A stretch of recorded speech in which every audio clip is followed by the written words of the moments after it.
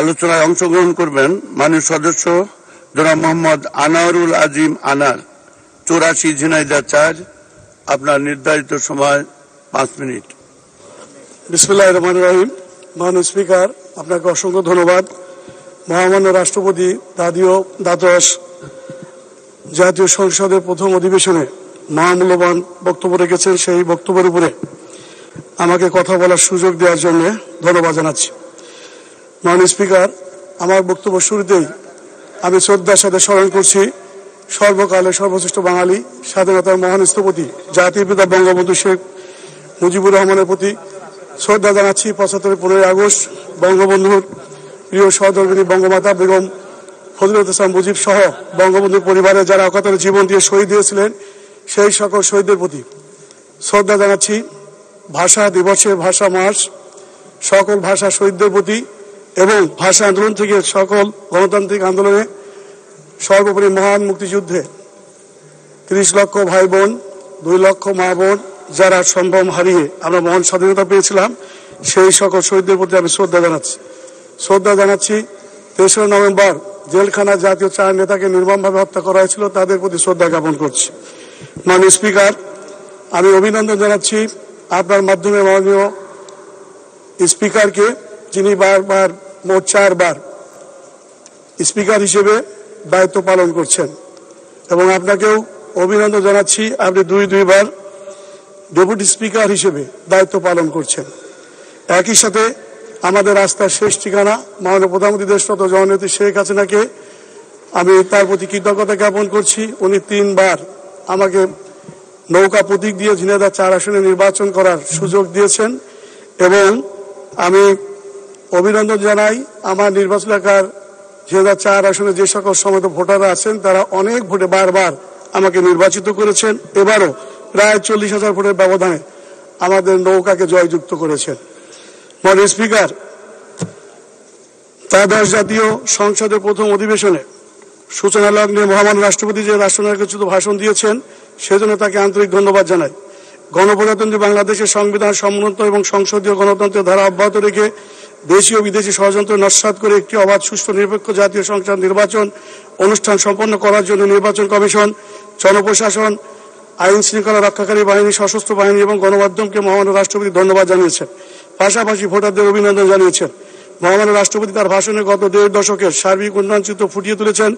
অর্থনীতি, ব্যবসা বাণিজ্য, যোগাযোগ, কৃষি, বিদ্যুৎ, বৈদেশিক সম্পর্ক, পর্যটন, শিক্ষা, স্বাস্থ্য, নারী ও শিশু উন্নয়ন, পল্লী উন্নয়ন, প্রবাসী কল্যাণ, বিজ্ঞান ও প্রযুক্তি, আইসিটি এবং জনপ্রশাসন সহ বিভিন্ন ক্ষেত্রে বর্তমান সরকারের কৃতিত্বের কথা তুলে ধরেছেন।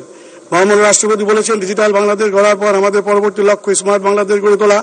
তিনি আরো বলেন, উন্নয়ন অগ্রগতি ধারাবাহিকতা অব্যাহত থাকলে 2041 সালের মধ্যে বাংলাদেশ একটি উন্নত সমৃদ্ধ দেশ হিসেবে বিশ্বে প্রতিষ্ঠিত হবে।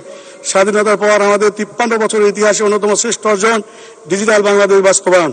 তিনি আরো বলেন, আন্তর্জাতিক ফোরামে বাংলাদেশের গুরুত্বপূর্ণ ভূমিকার কথা জাতিসংঘ সহ প্রায় 25টির অধিক বিভিন্ন আন্তর্জাতিক সংস্থা এবং সংগঠনে বাংলাদেশ সক্রিয় সদস্য, যা আমাদের জন্য অত্যন্ত গৌরবের। প্রতিবেশী দেশের সাথে শান্তিপূর্ণ সহাবস্থানের উজ্জ্বল দৃষ্টান্ত স্থাপন করেছে আমরা। মহামান্য রাষ্ট্রপতি তার ভাষণে আশাবাদ ব্যক্ত করে বলেছেন, বঙ্গবন্ধু স্বপ্নের সোনার বাংলা বিনির্মাণের সিঁড়ির প্রথম ধাপে পা রেখেছেন বঙ্গবন্ধু কন্যা। তার জীবদ্দশায় শেষ সিঁড়ি অতিক্রমের অপেক্ষায় আমরা আছি। মহামান্য রাষ্ট্রপতির এই অপেক্ষা শেষ হবে একদিন ইনশাআল্লাহ। আমরা গলা ছেড়ে গাইব, আমার সোনার বাংলা, আমি তোমায় ভালোবাসি। মাননীয় স্পিকার, সারা বাংলাদেশে অভূতপূর্ব উন্নয়ন হয়েছে। মাননীয় প্রধানমন্ত্রীর নেতৃত্বে ঝিনাইদহ জেলায়ও উন্নয়ন হয়েছে। তার মধ্যে ঝিনাইদহ জেলাবাসী কিছু প্রত্যাশা করেন, সেটি হলো বাগুড়াতে রেলপথ নির্মাণ কাজ অব্যাহত আছে। এখান থেকে ঝিনাইদহ জেলা হয়ে মোবারকগঞ্জ রেল স্টেশনের সঙ্গে এই রেল লাইনটি সম্পৃক্ত করার দাবি জানাচ্ছি। ঝিনাইদহ জেলায় মেডিকেল কলেজ স্থাপন, ঝিনাইদহ জেলায় বেসরকারি বিশ্ববিদ্যালয় স্থাপন করার প্রয়োজনীয় ব্যবস্থা গ্রহণ, বাংলাদেশের বৃহৎ কৃষি ফার্ম দত্তনগর ফার্ম, এখানে কৃষি বিশ্ববিদ্যালয় বা কৃষি ইনস্টিটিউট স্থাপন করার দাবি জানাচ্ছি। মাননীয় স্পিকার, আমার নির্বাচন এলাকায় মোবারকগঞ্জ চিনিকল অবস্থিত।